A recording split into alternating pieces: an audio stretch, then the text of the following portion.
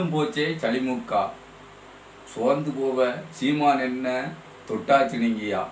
நம்ம இதைத்தான் இப்போ இன்னைக்கு பேசணும். இந்த வீடியோவில் நம்ம பேச வேண்டியதுக்கு, அதாவது சின்னம் கரும்பு விவசாயி சின்னம், நம்ம நாம் தமிழர் கட்சியினுடைய சின்னம் பிரியப்பட்டு அண்ணன் வாங்கிக்கிட்டது. ஏன்னா அண்ணனுடைய கட்சியினுடைய கொள்கைகளை வந்து சாணி அள்ளணும், அதாவது விவசாயத்தை மேம்படுத்தணும். அதுக்கு தான் அவர் எறும்பு எண்ணாயிரம் உயிர்களுக்கும் அவர் பொதுவானவர். அதற்காகவே பேசுபவர் நம்ம அன்னை சீமா. ஆமாம். ஆனால் என்ன பண்ணுவார்னா, திடீர்னு என்னை தொட்ட நீ கேட்ட நான் ராஜீவை தூக்கிட்டேன் அப்படின்னு பேசுவார். அதே மாதிரி சாட்டை மாமா பையனும் போய் டிக்டாக்கு பண்ணுவான். யார், நம்ம ராஜீவ் காந்தி அவர்களுடைய நினைவிடத்தில்.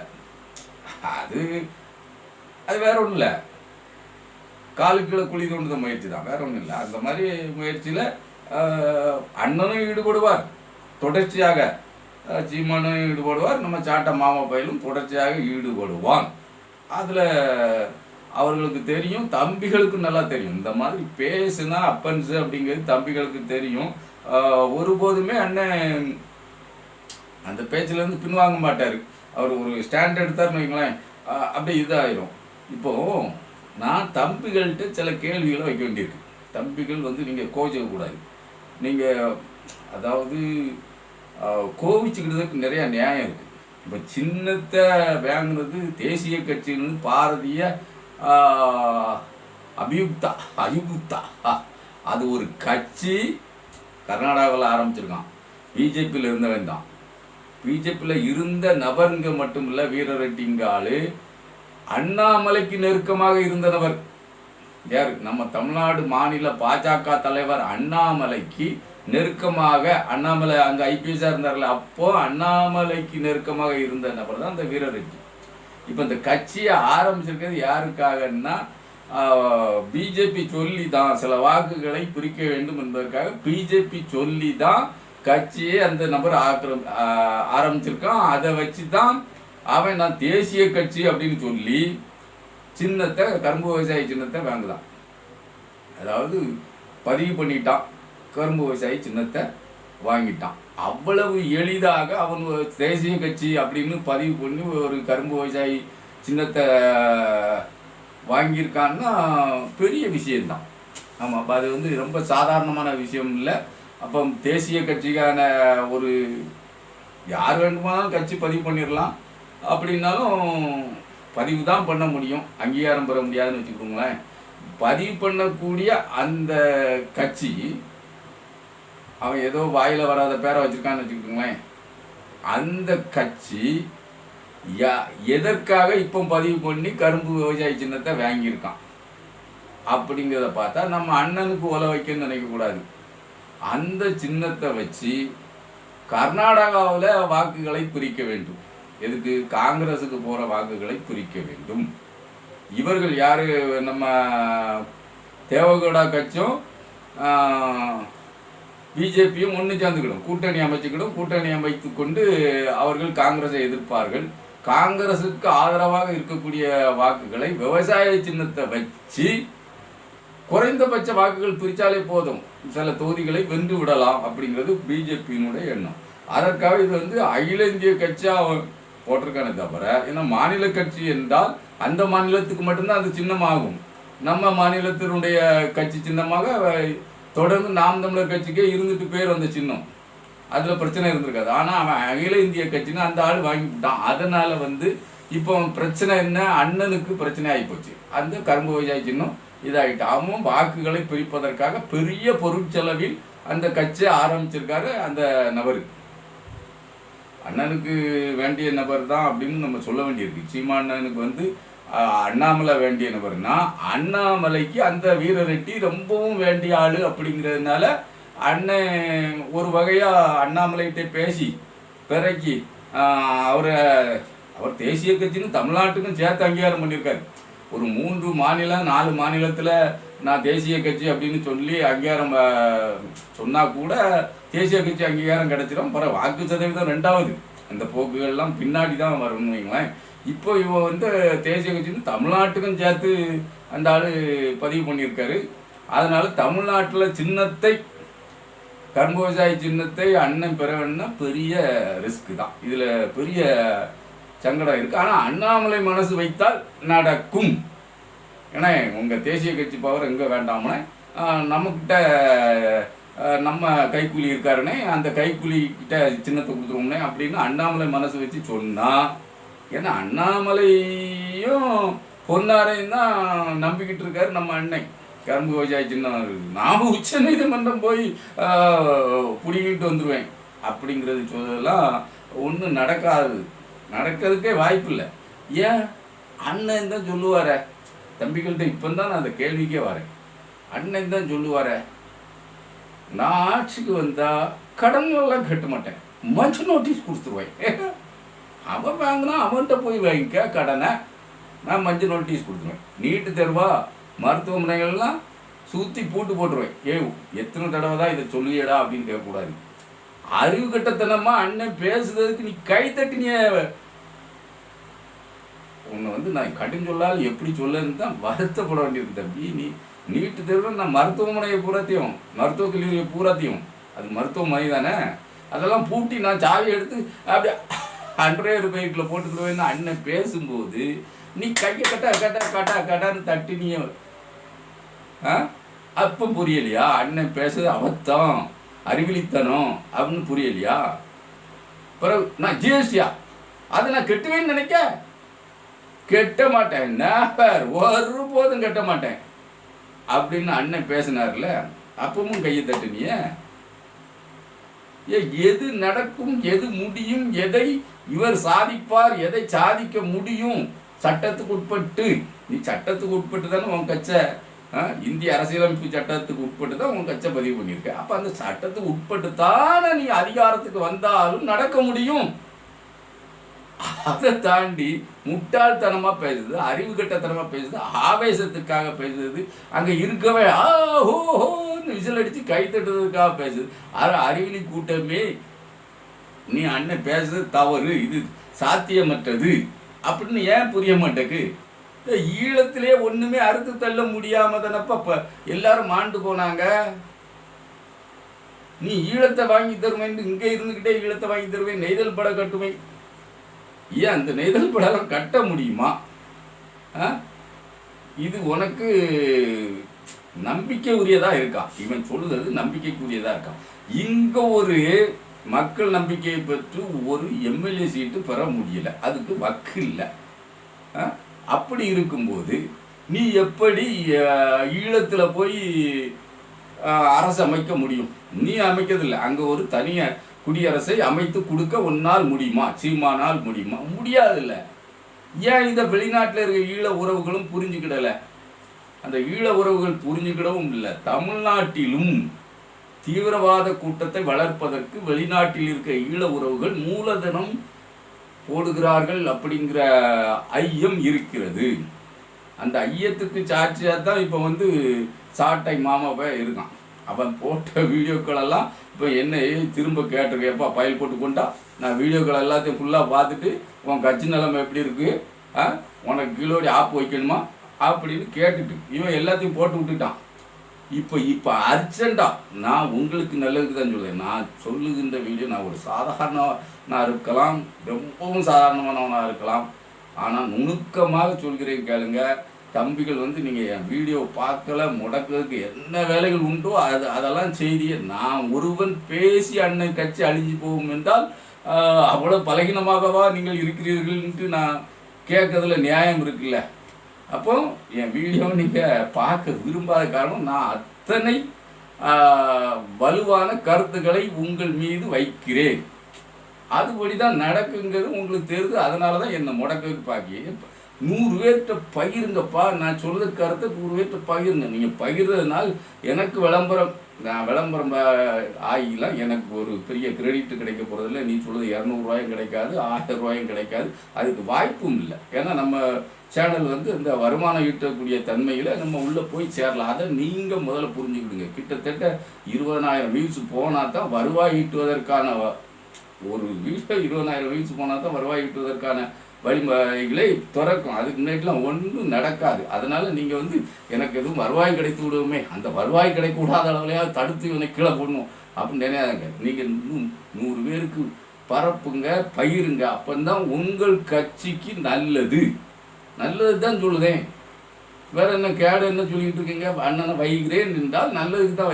நீ முட்டாள்தனமாக பேசாடா, சாணியை மட்டும் அள்ளி போட்டு இருப்போம் அப்படின்னு சொல்லாத, டாக்டருக்கு படியாதன்னு சொல்லாத, நீனும் நானும் மாற்றி மாற்றி ஊசி போட வேண்டியிருக்குன்னு சொல்லாத. எல்லாருமா டாக்டருக்கு படித்து போயிட முடியும்? 11 லட்சம் பேர் 12 லட்சம் பேர் +2 எழுதுதான். டாக்டருக்கு நீட்டு தேர்வுக்கு விண்ணப்பம் பண்ணது என்னமோ 1.5 லட்சம் பேர் தான். அதில் தேர்வாகுது என்னமோ 16,000 பேர் தான். இதெல்லாம் புரியுதா இல்லையா? புரியணும், புரிந்து கொள் அப்படின்னு தான் நம்ம திரும்ப திரும்ப தம்பிகளுக்கெல்லாம் வேணும். நீங்களாம் படிச்சிருக்கீங்களாப்பா, ஏன்ப்பா இப்படி சாணி எழுதவனுக்கும் அரசு வேலை, சாட்டை வீடியோ போட்டிருக்கான், சாணி எழுதவனுக்கும் அரசு வேலை. இன்னொன்று விவசாய சின்னத்தை பார்த்து எல்லாரும் ஆவலாக இருக்காங்க. இப்போ முதுமையில் இருக்கின்றவர்களும் சாணி எழுதுவார்கள், விவசாயிகள் அவர்களுக்கும் அரசு வேலை கொடுத்துருவியா? இல்லை, எந்த வரையறைக்குள்ள நீ வார? முதல்ல விவரம் இல்லாமல் பேசாதப்பா. ஒரு எதெல்லாம் தகுதி அப்படிங்கிறது நம்ம நிர்ணயிச்சிருக்கோமா? சாணி எழுதவனுக்குலாம் அரசு வேலை கொடுத்தேன்னா கொடு, வேண்டான்னு சொல்லலை. சம்பளம் எங்கிருந்து கொடுப்ப? அதுக்கு விவரம் சொல்லணும்ல. நான் 100 ஏக்கரில் அப்படியே தரிசு காடாக போட்டு ஆடு மாடை மேய்க்க விட்டுருவேன், மேய்ஞ்சி வந்துடும். 10 ஏக்கரில் தண்ணியை பெருக்கி போட்டுருப்பேன், தண்ணியை குடிச்சு வந்துடும் அப்படின்னு அண்ணன் பேசலாம் கூமுட்டத்தனமானது தான். அது ஏதோ ஒரு பகுதியில் 100 ஏக்கர் வெறுமனே கிடக்கும். எல்லா பகுதியிலும் அப்படி இல்லை. விவசாய நிலங்களாக இருக்கு. விவசாயம் அதிக அளவில் பண்ணிக்கிட்டு இருக்கு, தமிழ்நாட்டில் பண்ணிக்கிட்டு இருக்காங்கப்பா. அண்ணன் பேசுகிற மாதிரி யாருமே விவசாயத்தை கைவிட்டுட்டு போகலை. அண்ணன் சாப்பிட்ற சோத்துக்கே நம்ம விவசாயத்தில் இருக்கிறதுனால தான் அண்ணன் வந்து விவசாயம் பார்த்து ஒன்றும் கிழிச்சிக்கிடலை அப்படிங்கிறத நம்ம இந்த இடத்துல வலுவாக பதிவு பண்ண வேண்டியிருக்கு. அண்ணன் தற்கூரித்தனமாக வன்முறையாக அந்த மார்பை நீத்தி நான் அப்படி பண்ணிடுவேன், இப்படி பண்ணிடுவேன், ராஜீவ்காந்தியை கொண்டதே நாங்கள் தான் அப்படின்னு அந்த பேசினா பற்றி ஆவேச உரை பேசினான்ல, அதுவே இவனுக்கு அடியில் இவனே வெடி உண்டு வச்சுக்கிட்ட கதையை ஆகிப்போச்சு. அது ஆயிரும்னு நான் பல முறை சொல்லியிருக்கேன். ஆனால் நீங்கள் நம்பவே இல்லை. இப்பவும் நான் சொல்லுறதையும் கேளு. சாட்டை மாமா போய் எண்ணெயில் எல்லா வீடியோவும் கொடுக்க போகிறான். கொடுத்தா அவன் பேசி வச்சிருக்கலாம் சர்ச்சைக்குரிய விஷயங்கள் தான், சண்டைக்குரிய விஷயங்கள் தான். சாட்டை மட்டும் உள்ள தூக்கி வைக்க போகிறது இல்லை, அண்ணனுக்கு ஆப்பாயிரும். அப்போ அர்ஜென்ட்டாக கட்சி நலன் கருதி சாட்டையை நீக்க வேண்டும். கட்சியிலிருந்து அண்ணன் அதிரடியாக நீக்கணும். கட்சி விரோதமாக செயல்பட்டார்னு சொல்லி சாட்டையை நீக்குவது தான் நாம் தமிழர் கட்சிக்கு சால சிறந்தது. நீங்கள் அவனை நீக்கணுன்னு என்னமோ ஏதாவது குறைஞ்சி போகும்னு நினச்சேன்னா அப்போ நீ அண்ணன் சீமானையே நீங்கள் மதிக்கலைன்னு தான் அர்த்தம். அண்ணன் சீமானுக்கே தன் மீது நம்பிக்கை இல்லைன்னு அர்த்தம். சாட்டை துரைமுருகனை நீக்காமல் இருந்தால் அண்ணன் சீமானுக்கு அவர் மீது நம்பிக்கை இல்லை, நம்மை கொண்டு கட்சி இருக்கிறது என்ற நம்பிக்கை அற்று சாட்டையை கொண்டு தான் கட்சி இருக்குது. ஏன்னா 12 லட்சத்துக்கும் மேற்பட்ட ஃபாலோவர்ஸை சாட்டை வச்சுருக்கான் யூடியூப்பரா, அதனால அவனை கொண்டு தான் கட்சி இருக்குது அப்படின்னு அண்ணனை தற்கூரித்தனமாக நம்பிக்கிட்டு இருக்காருன்னு அர்த்தம். சரி, இப்போ நம்ம சின்னம் பிரச்சனைக்கே வருவோம். சாட்டையை நீக்கணும், நீக்கலைன்னா அது அவன் பாடு ஓஞ்சி போகுது கட்சி அப்படிங்கிறது இருக்கட்டும். சின்னத்தை பெற வேண்டும் அப்படின்னா, ஒரு கட்சி ஆரம்பித்து சின்னத்தை பெற வேண்டும்னா அண்ணன் தேர்தலை எல்லாம் சந்திச்சிருக்காரு. 2 தேர்தலை சந்திக்கணுங்கிறதுக்கு அவர் நிறைய தேர்தலை, இடைத்தேர்தல், அந்த தேர்தல், இந்த தேர்தலெலாம் தேர்தலை சந்தித்திருக்கிறார். போதுமான வாக்குகளை வாங்கியிருக்காரான்னா இந்த 2021 தேர்தலில் 6% வாக்குகளை வாங்கியிருக்கார். 6% வாக்குகளையும் 2 எம்எல்ஏயும் வெற்றி பெற்றிருந்தால் சின்னம் அவருக்கு கிடைச்சிருக்கும். அவரை கேட்காம அந்த சின்னத்தை யாருக்கும் பிடுங்கி கொடுக்க மாட்டாங்க. ஆனால் அந்த 2 எம்எல்ஏ சீட்டு கிடைக்கல, நமக்கு டெபாசிட்டே கிடைக்கல, அப்புறம் எம்எல்ஏ சீட்டு எங்கே கிடைக்க? அதில்னா எம்பி சீட்டு கிடைக்கணும். 6% வாக்கும் ஒரு எம்பியும் கிடைக்கணும். இதெல்லாம் விடுனே, 6% வேண்டாம், ஒன்றும் வேண்டாம், 8 எம்எல்ஏ கிடைச்சா போதும். ஆமாம், நீ எங்கேயாவது 8 தொகுதியில் நின்று எம்எல்ஏ ஆனேன்னா உனக்கு சின்ன கன்ஃபார்ம் உன் கட்சி அங்கீகரிக்கப்பட்ட கட்சியாக மாறிடும். அதை கூட செய்யலை. ஆமாம், சரி, வரவு செலவு கணக்கா ஒழுங்காக 3 தொடர்ந்து காட்டிகிட்டு இருக்கணும் வரவு செலவு கணக்கை. அதை நீ காட்டியிருப்ப. என்னப்பா அது காட்டலைன்னா நீ உள்ளே மாட்டிக்கிடுவ அப்படிங்கிறது வந்து உனக்கு நல்லா தெரியும். அதை நீ காட்டியிருப்ப. ஏன்னா வெளிநாட்டில் இருந்து வரக்கூடிய பணங்களை வந்து எப்படி மடைமாற்றி எப்படி அதை நம்ம கஜனாவுக்குள்ளே தனியாக போட்டுக்கிடுறது, அப்போ கட்சிக்கு எப்படி பண்ணிட்டு வந்ததுன்னு காட்டணும் அப்படிங்கிறதெல்லாம் அது வந்து கள்ளக்கணக்கு எழுதுவதற்கு புலிகளை வைத்திருப்பாய். அந்த புலிகளை வைத்து நீ வரவு கணக்கு காட்டியிருப்ப. அதில் உன் மேலே எனக்கு சந்தேகமே இல்லை. அந்த வரவு கணக்கெல்லாம் காட்டியிருப்பேன்னு வச்சுக்கேன். ஆனாலும் இந்த பொதுக்குழு இந்த வட்டம் தான் கூட்டியிருக்க. அதுக்கு முன்னாடி கூட்டினியா இல்லையாங்கிறது அங்கே தான் தெரியும். பொதுக்குழு என்னென்ன தீர்மானங்கள் நிறைவேற்றியிருக்க, அந்த தீர்மானங்கள் அதில் அந்த பொதுக்குழுவில் ஈடுபட்ட பொதுக்குழு உறுப்பினர்கள் நிறைவேற்றப்பட்ட தீர்மானங்கள் அந்த அஜெண்டாக்கள் எல்லாமே வந்து தேர்தல் கமிஷனில் கொடுக்கணும், வருடந்தோறும் கொடுக்கணும். அது கொடுத்தியா கொடுக்கலையான்னு எனக்கு தெரியாது. நீ கொடுத்துருப்ப அப்படின்னு நம்பலாம், ஆனால் கொடுத்தியா கொடுக்கலையான்னு தெரியாது. தாமதப்பட்டிருந்தேன்னா சின்னம் அங்கனி போவதுக்கு வாய்ப்பு இருக்குது. ஆனால் பல மாதத்திற்கு முன்னமே சின்னம் கலண்டு போயிடுச்சு. ஆனால் இப்போ தான் பேப்பரில் வந்திருக்கு. நீ இதுவரை என்ன சரிஞ்சுக்கிட்டு இருந்த சின்னம்? ஏன்னா உனக்கு ஒரு தபால் வந்துருக்கு. ஏன் உன் சின்னத்தை ஒருத்தன் கேட்கான், நான் கொடுக்க போகிறேன், உன் ஆட்சேபனை என்ன? ஏன்னா நீ தகுதி இல்லாமல் இருக்க அப்படிங்கிற மாதிரி ஒரு தபால் வந்திருக்கு. அந்த தபாலை எடுத்து கிலோடி இருக்கைக்கு கிலோடி வைத்து கொண்டது யார்? அதையும் கேட்க வேண்டியிருக்கு. சரி, அந்த சின்னங்கள் கிடைக்கல. இப்போ முட்டி மோதி நீ உச்ச நீதிமன்றம் போனால் கூட அந்த நபர், அந்த பாரதிய அயுக்தான்னு ஒரு கட்சி ஆரம்பிச்சிருக்காமல, அந்த நபர் உனக்கு சின்னம் வழங்கக்கூடாது, அப்படி என்றால் என்னுடைய கிரெடிபிலிட்டி பாதிக்கப்படும் அப்படின்னு அவன் சொல்லிட்டான்னா உனக்கு சின்னம் தரமாட்டாங்க. அப்போ அண்ணன் என்ன பண்ணலாம்? அண்ணன் பண்ணதுக்கான ஒரே வழி புதிய சின்னத்தை தேர்வு செய்ய வேண்டும். அப்போ சாட்டை மாமா தான் வீடியோவில் சொல்லலாம், புது சின்னத்தை இது பண்ணுறதுக்கு எப்படி முடியும் அப்படின்ட்டு. எப்படி வேகமாக சின்னத்தை நம்ம வந்து விளம்பரப்படுத்த முடியாதில்ல. அங்கே 54 சேனல் இருக்குது. யாருக்கு? அதாவது திமுகவுக்கு இருக்குது. நமக்கு அப்படியா இருக்குது? நம்மகிட்ட தான் 300 யூடியூபருக்கு மேலே இருக்காங்களாப்பா. இந்தியா தமிழ்நாடு முழுமைக்கும் உடனே விளம்பரப்படுத்தி கொடுவாங்க, அது வேற விஷயம். இருந்தாலும் விளம்பரமான ஒரு சின்னம் வேணும்ல. அப்போ அண்ணன் எப்போதும் பயன்படுத்தக்கூடிய ஒரு சின்னம், அந்த சின்னத்தை பயன்படுத்திட வேண்டியது தானே. பச்சை மட்டை, பச்சை மட்டை சின்னத்தை கேளுங்கப்பா, உடனே தருவாங்க. தந்துட்டாங்கன்னா எல்லாருக்கும் தெரிஞ்சு போவோம். அண்ணன் பச்சை மட்டை வைத்தியம் இருக்குது, பல முறை சொல்லியிருக்காங்க. நிறையா தம்பிகளே என்னை பார்த்து உனக்கு பச்சை மட்டை வைத்தியம் தர வேண்டியிருக்கு அப்படின்னு சொல்லியிருக்காங்க. அப்போ அந்த பச்சை மட்டை சின்னத்தை வாங்க வேண்டியது தானே. ஓஹோ, தேர்தல் ஆணையம் போட்டிருக்க அந்த சின்ன லிஸ்ட்டில் இந்த பச்சை மட்டைங்கிறது இருக்காதோ? இருக்காது. என்ன உங்களுக்காக புதுசாக ஒரு சின்னத்தை உருவாக்கி தரமாட்டாங்க.